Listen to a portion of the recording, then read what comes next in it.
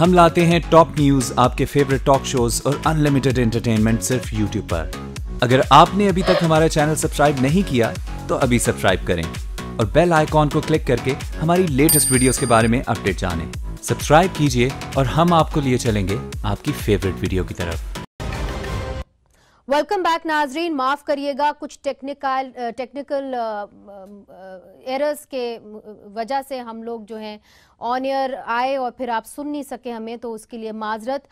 नाजरीन, आज पूरे मुल्क की जो निगाहें थीं वो बलूचिस्तान असेंबली पर टिकी हुई थीं और वज़ीर आला बलूचिस्तान के खिलाफ अदम एतमाद की तहरीक चल पड़ी थी।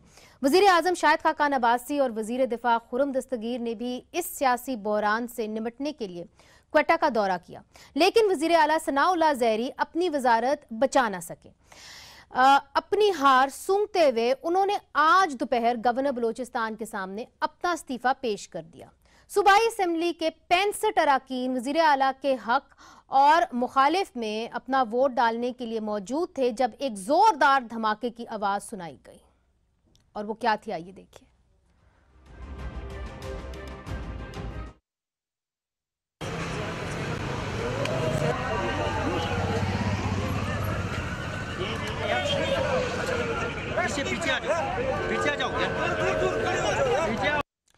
धमाका जरगून रोड पर हुआ और निशाना कांस्टेबल की गाड़ियां थीं, जिसके नतीजे में 4 एहलकार और 2 आम शहरी जा बहक हुए, जबकि मुतअद्दिद जख्मी हैं। 1 माह पहले आपको याद होगा इसी जरगून रूट पे चर्च में एक बहुत बड़ा दहशतगर्द हमला हुआ था, जिसके नतीजे में 9 अफराद हलाक हुए थे।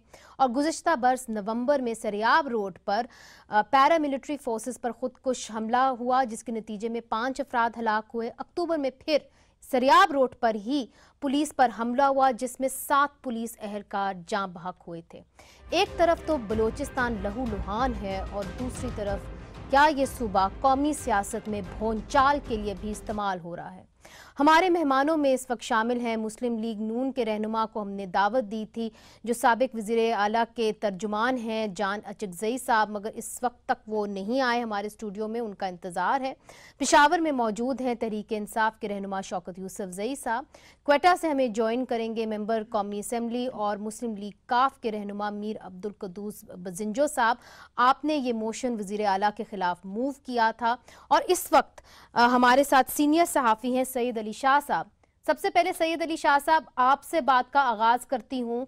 जो हमारे पास इंफॉर्मेशन है वो ये है कि आज जो धमाका हुआ था, ये खुदकुश हमला आवर जो था, ये बलूचिस्तान असेंबली की जानिब जा रहा था और उसका टारगेट होना था बलूचिस्तान असेंबली। क्या इन खबरों में कुछ सदाकत है? जी बिल्कुल, जो सीनियर पुलिस अफसरान है उन्होंने मीडिया से बात की। उनका कहना था कि खुदकुश हमलावर ने असेंबली में जाने की कोशिश की थी, वो अंदर जाने की कोशिश कर रहा था। चूंकि पूरा जो जरगून रोड है इसका शुमार कोटा शहर के हाई सिक्योरिटी जोन में होता है, इंतहाई हसास इलाका है। आज आम ट्रैफिक के लिए भी ये रोड मुकम्मल तौर पर बंद था। वहां पर पुलिस ने, जाहिर है उसने जब नफरी देखी तो उसके बाद वो वहां पर धमाका हुआ। उसने खुद वहां इब्तदाई तौर पर तो पुलिस ने बताया कि उन्होंने मोटरसाइकिल जो है, मोटरसाइकिल पर सवार था, मोटरसाइकिल टकराया, लेकिन बाद में बताया गया कि नहीं वो पैदल था। लेकिन इसके नतीजे में भी बहुत बड़ा धमाका हुआ और इसके नतीजे में 7 लोग जो है वो जाँ बहक हो गए, 18 अफराद जो है वो जख्मी हो गए। यकीनन यहाँ पर चूंकि बलूचिस्तान से हम तो जब भी रिपोर्टिंग करते हैं यहाँ तो हमेशा दहशतगर्दी के वाकयात होते हैं, तो फिर नेशनल मीडिया जो है वो बलूचिस्तान को फोकस करता है। आज दिन भर ये पहली मर्तबा हुआ कि बलूचिस्तान को नेशनल मीडिया ने एक तवज्जो दी और पॉलिटिकल इवेंट्स जो है हम दिन भर रिपोर्ट करते रहे। लेकिन जिस तरह आपको पता है कि बलूचिस्तान गुज़श्ता 16 साल से बदअमनी की जद में है। मैं आपसे यही पूछने लगी थी अली शाह साहब कि सवाल ये उठता है कि हर बार ये पुलिस एहलकार के खिलाफ या पैरामिलिट्रीज के खिलाफ इतनी आसानी से धमाके कैसे हो जाते हैं। बाद में बलूचिस्तान में हमने सरफराज बुख्ती को भी कहते हुए सुना कि जी अफगानिस्तान से लोग आते हैं तो क्या वो सुबह आते हैं, धमाका करते हैं और शाम को वापस अफगानिस्तान चले जाते हैं। मामले इतने सादे हैं? मामले इतने सादे नहीं है। बलूचिस्तान के जो इश्यूज है वो इंतहाई पेचीदा है और मुश्किल है। इन तमाम इश्यूज को एड्रेस करने के लिए एक पॉलिटिकल विजन और पॉलिटिकल कमिटमेंट की जरूरत है। ये ट्रेजेडी आप देखिए कि 5 साल में किसी सूबे के साथ इतना बड़ा मजाक नहीं हुआ जितना बलूचिस्तान के साथ हुआ है। अब तीसरा कायद ऐवान जो है बलूचिस्तान असेंबली में वो मुंतखब होने वाला है। एक तरफ तो हम कहते हैं कि बलूचिस्तान में फॉरेन हैंड्स जो है वो इन्वॉल्व है। जाहिर है बलूचिस्तान की एक जियो स्ट्रेटेजिक लोकेशन है, पोजीशन है, जिसकी वजह से इंटरनेशनल प्लेयर्स हो या हमसाया ममालिक हो, तो वो इनकी इन्वॉल्वमेंट जो है that is an open secret. लेकिन दूसरी तरफ आप देख लें कि यहाँ पे सियासी अदम इस्तेकाम है, सियासी अदम इस्तेकाम नहीं। अली शाह साहब ये बताइए कि जिम्मेदारी जो चर्च का धमाका था उसको तो दाइश ने कबूल की थी, अभी तक कोई इतलात सामने आई है कि ये धमाका किसने कबूल किया है? जो कलादम तंजीम है टीटीपी, उन्होंने कोई मेरे ख्याल में क्लेम किया है इसको, लेकिन बलूचिस्तान में देखे एक कलादम तंजीम तो नहीं है, यहाँ पे तो ऑर्गेनाइज्ड टेररिज्म है, ऑर्गेनाइज्ड क्राइम है और बलूचिस्तान 16 साल से दहशतगर्दी के नहीं, इसमें कोई शक नहीं। देखिए हिस्ट्री सबको पता है, वो बार बार दोहराने की जरूरत अभी नहीं है। अब्दुल कदूस साहब आपकी जानिब आऊंगी। जो इस वक्त हमारे दोस्त अली शाह साहब अभी बता रहे हैं कि खुदा ना खास्ता ये तो खुदकुश हमला आवर था, ये आप लोगों की जानिब आ रहा था, ये खुदा ना खास्ता बलूचिस्तान असेंबली की तरफ आ रहा था, तो आपको इस वक्त आपका मैं जानना चाहूंगी कि आप लोगों के पास क्या इन्फॉर्मेशन है? आपके पास भी कोई इन्फॉर्मेशन होगी इस हवाले से? सबसे पहले तो मैं मजम्मत करता हूँ धमाका हुआ और उसमें हमारे काफी जवान दाया हो गए और मेरे ख्याल में इसका टारगेट भी असेंबली के शायद वो असेंबली को अप्रोच करना चाह रहे थे या सिक्योरिटी फोर्सेज ने वो मौका नहीं दिया और उनको ये हो गया कि वहीं पे उन्होंने अपने आप को उड़ा दिया और हमारे बहुत सारे जवान और फोर्सेज के जवान शहीद हो गए।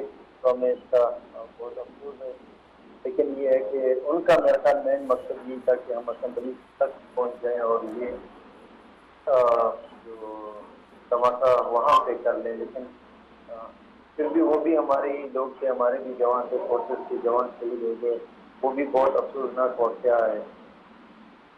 जी, आपने इसकी मजम्मत तो की है मगर ये वाक़या रुक नहीं पा रहे। शौकत यूसुफजई साहब, एक ज़माना होता था कि हम देखते थे खैबर पख्तूनख्वा के अंदर काफ़ी धमाके होते थे, अल्लाह का शुक्र है अब बेहतर हो गए हैं, मगर अब बलूचिस्तान जो है वो एक कॉन्फ्लिक्ट जोन बन चुका है, हमेशा से था अब ज़्यादा हो गया है। तो इस तरह बलूचिस्तान के अंदर धमाके होने पे दर पे और सबका ये कह देना कि जी वहाँ पे सिक्योरिटी एहलकार की बड़ी अच्छी कारकर्दगी रही है, तो अगर रही है तो फिर हर हफ्ते हर महीने क्यों हो जाते हैं यहाँ पे धमाके? शौकत यूसुफजई साहब, असल में बात ये है ना कि सिक्योरिटी फोर्सेस एक तो दहशतगर्दी का शिकार सुबह है वो भी। जी शौकत साहब, दूसरा मैं शौकत साहब से सवाल कर रही थी। जी, मैंने कहा जिस तरह खैबर पख्तूनख्वा दहशतगर्दी का शिकार रहा इस तरह बलूचिस्तान भी रहा है, लेकिन बलूचिस्तान के अंदर फॉरेन हैंड्स का बिल्कुल इसमें कोई शक की बात नहीं है कि उसको दुश्मन जो है वो टारगेट कर रहा है। लेकिन जो वो तो दुश्मन जो कर रहे लेकिन जो हमारे अपने हैं, जो मैं समझता हूँ कि वफाकी हुकूमत की जिम्मेदारी बनती थी, क्योंकि मुस्लिम लीग की वहाँ पर हुकूमत थी, वो बलूचिस्तान को तरक्की के लिहाज से भी उसको बहुत आगे ले जाना चाहिए था और वहाँ की जो महरूमियाँ हैं उसको ख़त्म करना चाहिए था, जो लोकल इश्यूज़ हैं उनको हल करना था। लेकिन बदकिस्मती है कि वो सिर्फ हुकूमत बनाने के चक्कर में रहे, उन्होंने लोगों के मसाइल को एड्रेस नहीं किया और जो बलूचिस्तान के जो कोर इश्यूज़ हैं उनको टच नहीं किया, जिसकी वजह से बलूचिस्तान के अंदर हर किस्म की, अगर आप देखें पॉलिटिकली देखें, अमन अमान के लिहाज से देखें, तो काफ़ी कमज़ोरियाँ हमें सामने नज़र आ रही है। ये बात दुरुस्त है कि अफ़गानिस्तान के साथ एक बॉर्डर लगा हुआ है, जिस तरह हमारे साथ फाटा के साथ बॉर्डर लगा हुआ है और उससे हमें प्रॉब्लम्स हैं। दूसरी तरफ ईरान है हमारे साथ, तो ये सारे जो इश्यूज हैं वो तो अपनी जगह। अच्छा, लेकिन हमें क्या करना चाहिए था वो हमने नहीं किया। जी, अब जो नो कॉन्फिडेंस मूव है और जो चीफ मिनिस्टर साहब ने इस्तीफा दिया है, अब्दुल कदूस साहब आपसे मैं पूछ लेती हूँ कि आपका कोई कंसेंसस हुआ है कि अगला चीफ मिनिस्टर कौन होगा? बहुत सारे नाम सामने आ रहे हैं, आप भी कुछ बताएंगे कि आपने मिलके किसको मुंतखब करना है? जी, मेरे ख्याल में क्वेश्चन को सही मैं समझ नहीं सका, अगर दोबारा काइंडली मैं आपसे फिर से सवाल कर लेती हूँ कि अब चूंकि चीफ मिनिस्टर सनाउल्लाह ज़हरी साहब ने तो इस्तीफा दे दिया है, अगला चीफ मिनिस्टर कौन होगा? जाहिर है आप लोग ने कोई मुशावरत की होगी जब आपने नो कॉन्फिडेंस मोशन टेबल किया होगा। आवाज बहुत कम आ रही है, काइंडली मेरे ख्याल इसको दोबारा मिला देते हैं। अच्छा, इधर हम छोटा सा वक्फा लेते हैं। We are having huge technical issues, will try and sort them out right after this short break.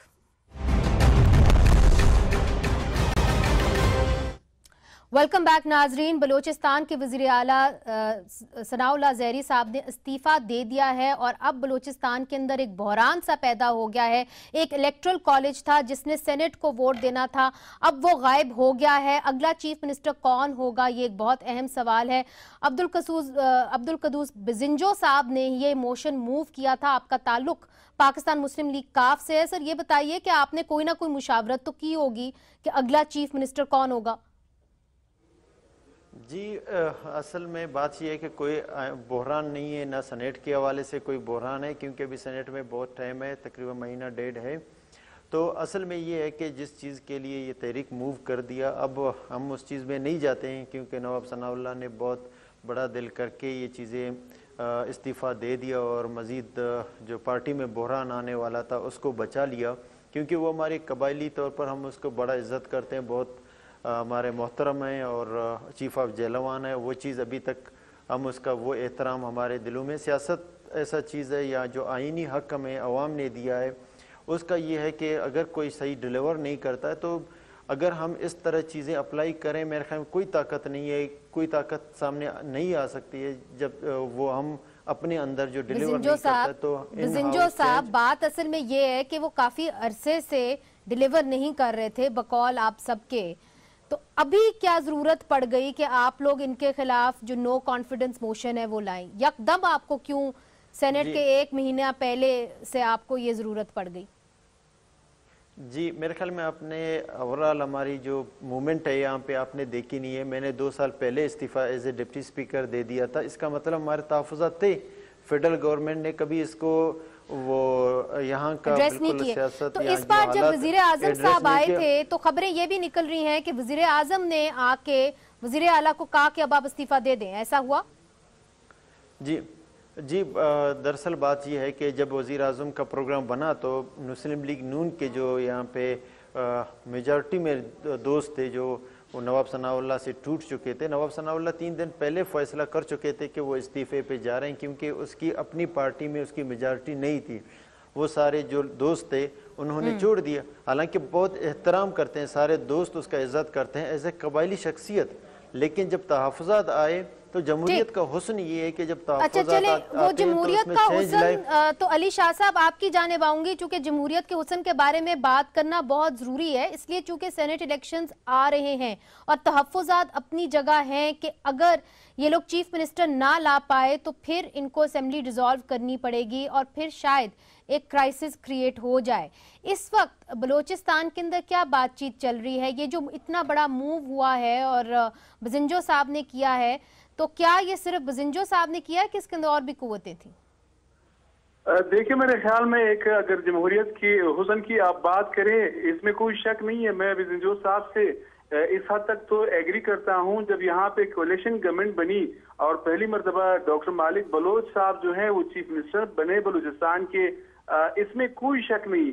Muslim league Nawaz और मुस्लिम लीग काफ के जो अरकान थे उनको नजरअंदाज किया गया, अकोमोडेट किया गया पश्तूनख्वा मिली अवामी पार्टी के मेंबर्स को और नेशनल पार्टी को। लेकिन जमहूरियत के हुस्न की अगर आप बात करते हैं या उसूल की बात करते हैं, कुदूस साहब तो बिल्कुल मुस्तफी हो गए या उनसे इस्तीफा लिया गया। मैं उनमें नहीं जा रहा हूँ, न मेरे पास इसकी इंफॉर्मेशन है, लेकिन इतना बता दूं जितने अरकान अभी जमा हो गए, ये अगर उस वक्त जमा होते और ये एहतजाज करते तो फिर समझ में आता। 4.5 साल तक आप यहाँ पे जितनी भी अरकान थे वो नवाब सनाउल्लाह ज़हरी के गीत गा रहे थे और वो कह रहे थे कि जी everything is okay, democratic government है, कोalition गवर्नमेंट है, नवाब साहब डिलीवर कर रहे हैं। डॉक्टर मालिक साहब जो थे वो डिलीवर नहीं कर रहे थे। अचानक क्या हुआ, ये यकीनन एक क्वेश्चन मार्क है। और आप देख रही कि 11 सेनेटर्स जो हैं वो मार्च में बलूचिस्तान से रिटायर्ड होंगे। और इनमें अक्सरियत जो है पीपल्स पार्टी, JUIF, BNP, अवामी और अवामी नेशनल पार्टी का एक सेनेटर है। अब इनके रिप्लेसमेंट में कौन आएंगे? देखिए, सबसे बड़ा जो दचका पहुंचा है वो पाकिस्तान मुस्लिम लीग नून को पहुंचा है। देखिए, एक तो ये भी देखने की जरूरत है कि बलूचिस्तान में यकीनन एक कॉन्स्टिट्यूएंसी बेस्ड एक पॉलिटिक्स है। बलूचिस्तान में हलकों का ख्याल रखा जाता है। 62 कबायली शख्सियात है, वो 40 साल से जीते चले आ रहे हैं। जी, तो नहीं, मगर हम बात करेंगे KPK असेंबली के बारे में भी। शौकत यूसुफ जई साहब भी हमारे साथ इस वक्त मौजूद हैं। शौकत साहब, बात असल में ये है कि अगर बलूचिस्तान के अंदर बहरान पैदा हो सकता है तो आप क्या समझते हैं कि सेनेट इलेक्शंस अपने वक्त पे होने चाहिए, या आप समझते हैं कि अगर बलूचिस्तान का एक कॉलेज पूरा नहीं होता तो फिर सेनेट के इलेक्शंस मुलतवी हो जाने चाहिए? देखिए, अगर आप हमारा मौक़िफ़ जानने की कोशिश करती है तो देखिए, ये बलूचिस्तान असम्बली का तो अभी बहरान पैदा हुआ ना। इमरान खान तो बहुत पहले से कहते रहे इस लिहाज से कि वफाकी हुकूमत डिलीवर नहीं कर पा रही, और सूबों के अंदर भी, सिंध के अंदर आप देखें, बलूचिस्तान के अंदर आप देखें, तो वो खान साहब तो पहले से कह चुके थे कि जी अगर हो सके तो अच्छा है कि अर्ली इलेक्शन हो जाए ताकि मुल्क सही हाथों में चला जाए। तो निकल गया, अब अगला फेज ये होगा, अगला फेज ये होगा कि आपको PTI को सूबाई असेंबलियों से इस्तीफे देने होंगे और नेशनल असेंबली से इस्तीफे देने होंगे। नहीं, देखें, इस्तीफा तो हमारे लिए कोई इतना बड़ी बात नहीं है। जब इमरान खान साहब कहेंगे उसी वक्त इस्तीफा हाजिर होंगे इंशाल्लाह। लेकिन जो बलूचिस्तान असेंबली के बहरान की आप बात करें तो ये किसी की पैदा करदा बहरान नहीं है, ये उनका अंदरूनी बहरान है। और ये एक्सपेक्ट किया जा रहा था जब नवाज शरीफ नाअहल हुए तो ये बात तो खुलकर सामने आ गई थी कि लीडरशिप जो है ये, चूंकि वहां पे एक डिक्टेटरशिप है नहीं, चले वो बात एक अलग बात है। मैं आपकी बात समझ भी गई हूँ, इस पर लातादाद प्रोग्राम भी हो चुके हुए हैं। मैं ये जानने की कोशिश कर रही हूँ कि अगर सेनेट इलेक्शंस खटाई में पड़ते हैं इस बलूचिस्तान गवर्नमेंट का इलेक्टोरल कॉलेज ना पूरे होने की वजह से, तो क्या आप इस ऑप्शन के ऊपर गौर कर रहे हैं कि खैबर पख्तूनख्वा से भी आप रिजाइन देंगे? देखिए, मैंने यही कहा कि एक ऑलरेडी पार्टी फैसला कर चुकी है, एक तहरीक भी शुरू होने वाली है अपोजिशन की तरफ से भी, और ये सिर्फ सेनेट इलेक्शन नहीं है या इसके पीछे कोई कुव्वतें नहीं है। ये सिर्फ इसलिए हम कहते हैं कि इस मुल्क के अंदर हुकूमत नाम की चीज़ नहीं है। और ये आप देख रही हैं, बार बार खुद नवाज शरीफ खुद कहता है कि जी अब मईशत डाउन होती जा रही है, तो हुकूमत तो उनकी है, किसी और की हुकूमत तो नहीं आई है ना। एक नवाज शरीफ वहां से उधर चला गया है। तो बाकी बात ये कि ये जो हुकूमत डिलीवर नहीं कर पा रही है, इसलिए हम कहते हैं कि early election is the only solution. Early election का मुतालबा क्या आप अभी भी करें? शौकत साहब, इस वक्त हमारे साथ मीर जान जमाली साहब मौजूद हैं बलूचिस्तान से, और उनका नाम भी सामने आ रहा है कि शायद वो भी अगले उम्मीदवार हो वजीर आला के। जान जमाली साहब, कोई कंसेंसस पैदा हुआ है कि अगला जो वजीर आला होगा पाकिस्तान मुस्लिम लीग नून से, वो आप होंगे, सरफराज बुख्ती साहब होंगे, और भी 2-3 लोगों के नाम आ रहे हैं, सरदार मोहम्मद सोले भूतानी का भी नाम आ रहा है? हम लोगों ने देखे ना, हम ग्रुप बगैर मशावरत के हम कोई फैसला नहीं करते, क्योंकि अभी भी ये जब नो कॉन्फिडेंस मूव किया हमारे दोस्तों ने, फिर दे आस्क्ड फॉर हमारी सपोर्ट के लिए उन्होंने कहा, तो सलाह मशवरे के साथ हम कदम ब कदम आगे बढ़े, और इसमें इस्लामाबाद से हमने राय नहीं ली, अपना फैसला किया।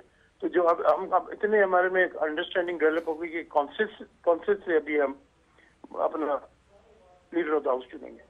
जब आप कह रहे हैं कि कंसेंसस से आप लीडर ऑफ द हाउस चुनेंगे, तो क्या आप समझते हैं कि जिस तरह शाहिद खाकान अब्बासी साहब समझते हैं कि जी मियां नवाज शरीफ साहब ही उनके लीडर हैं और मियां नवाज शरीफ साहब की ही नक्शे कदमों पे आप लोगों ने चलना है? ठीक है, इज्जत करते हैं जरूर मियां साहब की, शाहिद खाकान की भी करते हैं, दोस्त हैं हमारे, लेकिन अभी हम सूबे में हमें फीलिंग हो गई कि हमने फैसले अपने खुद करने हैं। तो जो भी मुस्लिम लीगर्स हैं, फैसले खुद करने हैं, मखलूत हुकूमतें बननी है, तजुर्बे हमारे तल्ख हैं। जब भी हमने कोलिशन में पार्टनर्स रखे, हमारी हाई कमांड ने इस्लामाबाद में और नेशनल लीडरशिप ने उनको अहमियत ज्यादा दी है, अपनी पार्टी को अहमियत कम दी है। तो आप समझते हैं कि मियां नवाज शरीफ साहब ने आप लोगों को अहमियत नहीं दी, आप लोगों की जो ग्रीवेंसेस थे उनको एड्रेस नहीं किए इस थोड़े से वक्त में? नहीं, थोड़े से और क्या है, 4 साल 4.5 साल हो रहे हैं बीबी। जी बिल्कुल। लगता था कि महमूद खान और हासिल बिजिन जो कंट्रोल कर रहे हैं सारे प्रोविंस को उधर से बैठ के, और हम तो ऐसे ही हैं। तो एक नाराजगी है आपकी मियां नवाज शरीफ साहब से? जी, एक नाराजगी तो है आपकी मियां नवाज शरीफ साहब से? हमने नो कॉन्फिडेंस करके एक मैसेज भेजा है कि हम अपने फैसले खुद कर सकते हैं। अच्छा, जब आप कहते हैं कि आप अपने फैसले खुद कर सकते हैं, तो जो अगला वजीर आला आएगा, आप समझते हैं कि वो कुछ ही देर में मुंतखब हो जाएंगे, या आप समझते हैं कि अगर ऐसा नहीं हुआ तो बहरान पैदा हो जाएगा, शायद असेंबली डिसॉल्व होनी पड़ी? नहीं, हम जल्दी कोशिश कर रहे हैं कि हो जाए। इस वक्त भी आज नो कॉन्फिडेंस हुआ और हम दोस्त इकट्ठे बैठे हैं, आपस में सलाह मशवरा कर। तो जब सेनेट इलेक्शंस होंगे मार्च में, तो आप लोग सब वोट डालेंगे इंशाल्लाह? और वो आप पार्टी लाइन के तहत डालेंगे या फिर अपनी ही जमीन की? कैंडिडेट्स हम इधर से, हमारे जो ग्रुप है वो कैंडिडेट्स डिसाइड करेगा, और हमने कोई कारामद कैंडिडेट्स डिसाइड करने, जैसे पिछली दफा सरदार याकूब नासिर को नॉमिनेट कर गए जी मियां साहब, लेकिन वो हार गए। फिर उनको इस्लामाबाद से उनको री एंट्री करवाई उन्होंने। ठीक, बहुत बहुत शुक्रिया जी, बहुत बहुत शुक्रिया में ज्वाइन करने का। तो अली शाह साहब, मामला जो है वो आपके सामने है। जो अगले चीफ मिनिस्टर साहब आएंगे वो अपनी जमीन की सुनेंगे, अपने ग्रुप की सुनेंगे, और वो नहीं सुनेंगे किसी को भी, और मियां साहब को तो खास तौर पे नहीं सुनेंगे। तो शौकत यूसुफजई साहब, ये क्राइसिस सिचुएशन अब क्रिएट हो गई है बलूचिस्तान के अंदर। आपने कहा कि आप स्नैप इलेक्शंस, जल्द इलेक्शंस चाहते हैं। अब तो जी इलेक्शंस ऑलरेडी अगस्त में होंगे, आप क्या कह रहे हैं कि उससे पहले हो जाए? मेरे ख्याल से देखें, एक तो ये कोशिश हो रही है कि PMLN के जो लोग हैं उनके अंदर कितनी बड़ी महरूमी सामने आई है कि एक डिक्टेटर ने वहाँ से उनको कंट्रोल किया, और आज वो इस नतीजे पे पहुँचे कि उनको अपने फैसले खुद करने पड़ रहे हैं।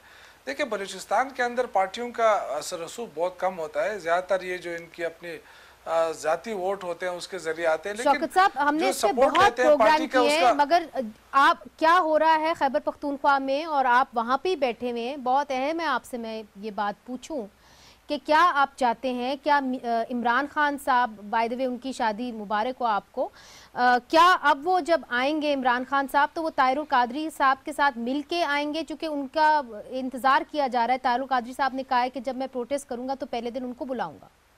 क्या ये फैसला आप लोगों ने कर लिया है कि उनके साथ तहरीक चलाएंगे?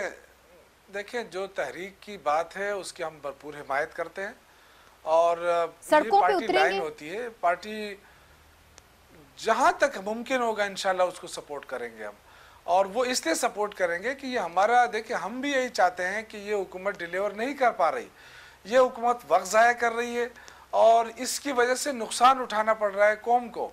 आप हर तरफ देखें, नहीं, अगर हुकूमत डिलीवर नहीं करना पा रही, तो आप शौकत साहब ये बताइए, इलेक्शंस तो सिर्फ अगस्त में अनाउंस होने हैं ना, तो आप क्या चाहते हैं कि अगस्त से पहले इलेक्शंस हो जाएं? जरा खुल के वाजे बात करें ना, समझ में भी तो आए लोगों को बात। देखिए, हम ये तो अभी देखें ना, अभी जनवरी हुई, हम कब से लगे हुए हैं कि जी ये जब से नवाज शरीफ साहब नाअहल नहीं हुए थे, हम उस वक्त से कह रहे थे कि एक तो इसमें करप्शन हद से ज़्यादा बढ़ती जा रही है, हम करप्शन के खिलाफ मूवमेंट चला रहे हैं, करप्शन बढ़ती जा रही है, और नाअहल लोगों को आगे लाके रखा गया है, और वो लोग जो, ठीक है, तो आप अगस्त से पहले इलेक्शन चाह रहे हैं, आगे चल रहे हैं, अगस्त से पहले इलेक्शन चाह रहे हैं। हम हर सूरत में चाहते हैं कि नए इलेक्शन हो, फ्रेश इलेक्शन हो, और अर्ली हो। अगर अर्ली नहीं होते तो अगस्त से अर्ली क्या होगा? क्यों बजिंजो साहब, आपकी इसके ऊपर क्या राय है? अर्ली इलेक्शन चाहते हैं? जो लोग हैं वो कोशिश कर रहे हैं कि इसको डिले करें, हम डिले नहीं होने देंगे हर किसी सूरत में। जी कदूस साहब। अच्छा जी, इसमें बात यह है कि 2-3 क्वेश्चन वहाँ से भी मैं देख रहा था, तो उसमें एक ये है कि इतना डिले क्यों हमने स्टेप उठाया, और 4 साल हमने इंतज़ार किस लिए किया। मेरे ख्याल में अली शाह साहब आपके साथ हैं, और हमारे अच्छे सीनियर सहाफ़ी हैं, वो भी इस बात की तायीद करेंगे। बात यह है कि हमने जब मैंडेट दिया बलूचिस्तान के अवाम ने मुस्लिम लीग नून को, और वहाँ पे फेडरल से एक फ़ैसला आ गया कि भाई हम इस काबिल नहीं हैं कि हम ये वज़ीर आला ही संभाल सकें, और पाकिस्तान की बेहतर मफाद में ये जो मैंडेट अवाम ने उसको नहीं दिया, और वो मिनॉरिटी में था, नेशनल पार्टी उसको हुकूमत दिया, वहाँ से तहफ़्फ़ुज़ात जन्म लेना शुरू कर दिया कि हम फेडरल की तरफ देखते हैं, आप हमें कॉम्प्रेस पार्टियों की तरफ कोयटा तक महदूद करना चाहते हैं। और मेरे ख्याल में अली शाह ने ये बात भी किया कि हमें बहुत ज़्यादा उस दौर में डॉक्टर मालिक के दौर में हमारे इलाकों में मुदाखलत किए गए, हमारे हलकों में हमारे बहुत सारे मसाइल पैदा किए गए, हमारे इस बहुत सारी चीज़ें हमने फेस किए। और 2 दफ़ा अली शाह इस की गवाही देंगे कि हमने डॉक्टर मालिक के ख़िलाफ़ अदम एतमाद लाने की कोशिश किया तो फेडरल से मिनिस्टर आए और उन्होंने इसको नाकाम करने या हमें दोबारा तो वो नाकाम नहीं कर पाए ना अब्दुल कदूस साहब, तो यही तो बात है, इस बार तो वो नहीं नाकाम कर पाए ना। आइंदा भी नून लीग का वज़ीर आला नहीं आने वाला, ये भी मुझसे लिख कर ले लें। नहीं तो नून लीग का नहीं आएगा तो फिर किसका आएगा? क्यों अली शाह साहब? मैं तो थोड़ा सा ये बता दूं, जी बहुत इम्पोर्टेंट आदमी है, कुद्दूस साहब बहुत इम्पोर्टेंट आदमी है। ये जाहिर इनका ताल्लुक पाकिस्तान मुस्लिम लीग का से है, इनकी भी बातें चल रही है, साथ ही सरदार साले भूटानी साहब है, उनकी भी बातें हो रही है। अच्छा। जान जमाली साहब जो भूटानी साहब हो सकते हैं, भूटानी साहब हो सकते हैं, उनको अपनी बात को मुकम्मल करने दें शौकत यूसुफ जई साहब। मैं कह रहा हूँ कुद्दूस साहब को भी आप रूल आउट ना करें। अच्छा, उनकी भी पॉसिबिलिटी है, चूंकि तहरीक अज़्म एतमाद जो है उन्होंने जमा कराई है वज़ीर-ए-आला बलूचिस्तान के खिलाफ।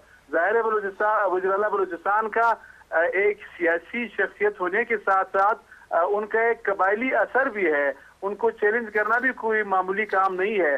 लेकिन थोड़ा सा मैं ये बता दूं, बलूचिस्तान में हल्का बेस्ड सियासत है।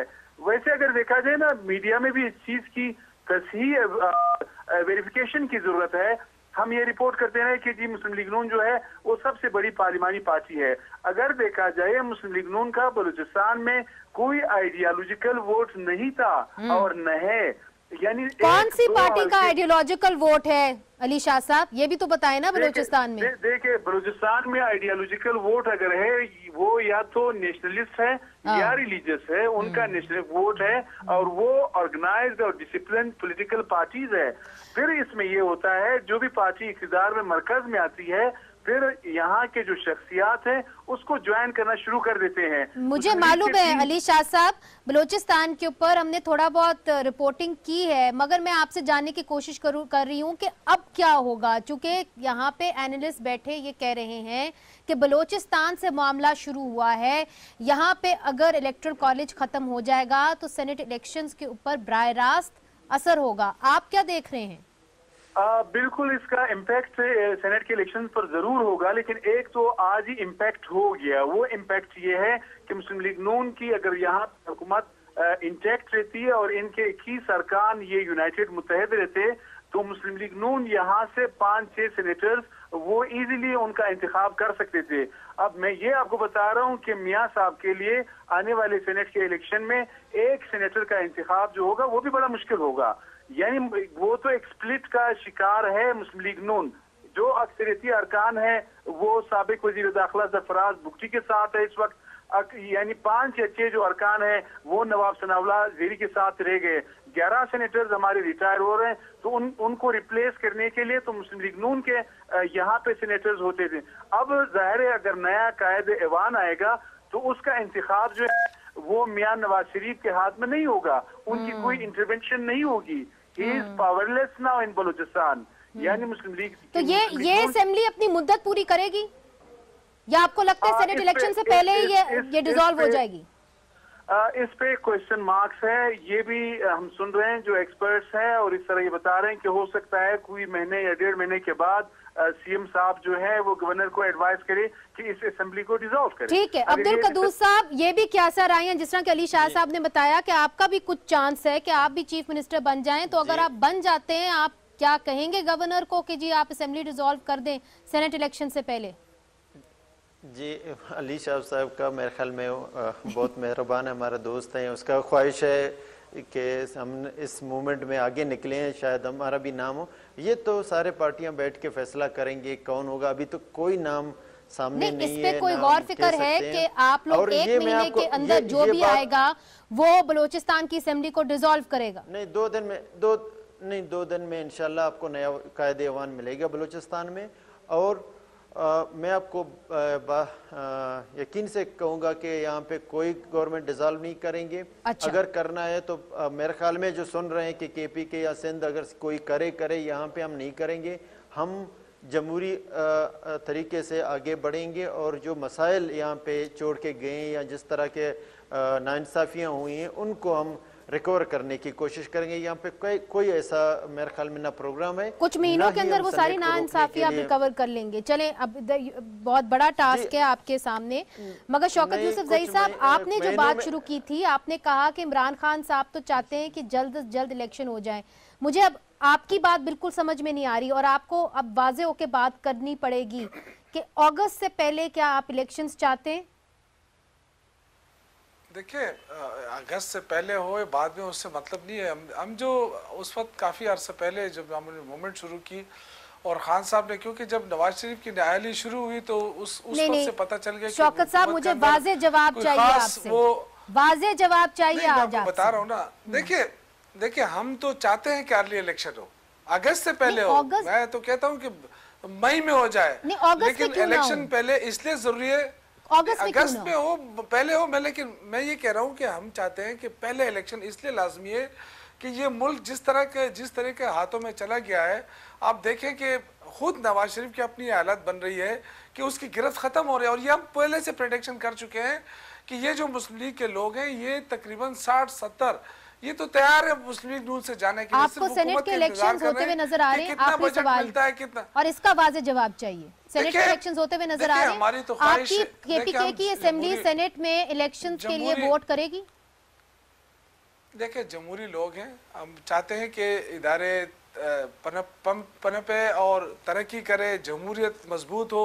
लेकिन बदकिस्मती से मैं ये कहूँगा कि पाकिस्तान के अंदर जमहूरी इदारे जो है वो अपना रोल अदा नहीं कर रहे, जिसकी वजह से जमहूरियत मजबूत नहीं हो रही। मेरा सवाल आपसे था, सेनेट के इलेक्शन कराने से, सेनेट इलेक्शन होते हुए नजर आ रहे हैं। शौकत यूसुफ ज़ई साहब, आखिरी बार आपसे पूछूंगी, इसके बाद नहीं पूछूंगी। देखिए, मुझे तो देखिए जो हालात बन रहे हैं उसमें तो मुश्किलात है, लेकिन ठीक, बहुत बहुत शुक्रिया। शौकत यूसुफ ज़ई साहब, कदूस साहब, अली शाह साहब और हमें दीगर मेहमानों ने भी ज्वाइन किया था। जान अचक ज़ई साहब ने वादा किया मगर आए नहीं। तो नाजरीन, ऐसा लग रहा है कि जो सेनेट इलेक्शंस आने वाले हैं उनके ऊपर एक बहुत बड़ा सवालिया निशान लग गया है, चाहे वो एक्सपर्ट्स हों, चाहे वो पॉलिटिशियंस हों। इस वक्त जो सेनेट इलेक्शंस हैं वो हों या ना हों ये वक्त ही बताएगा, मगर इस वक्त वो खटाई में पड़ गए हैं। आज के लिए इजाज़त दीजिए, खुदा हाफिज़।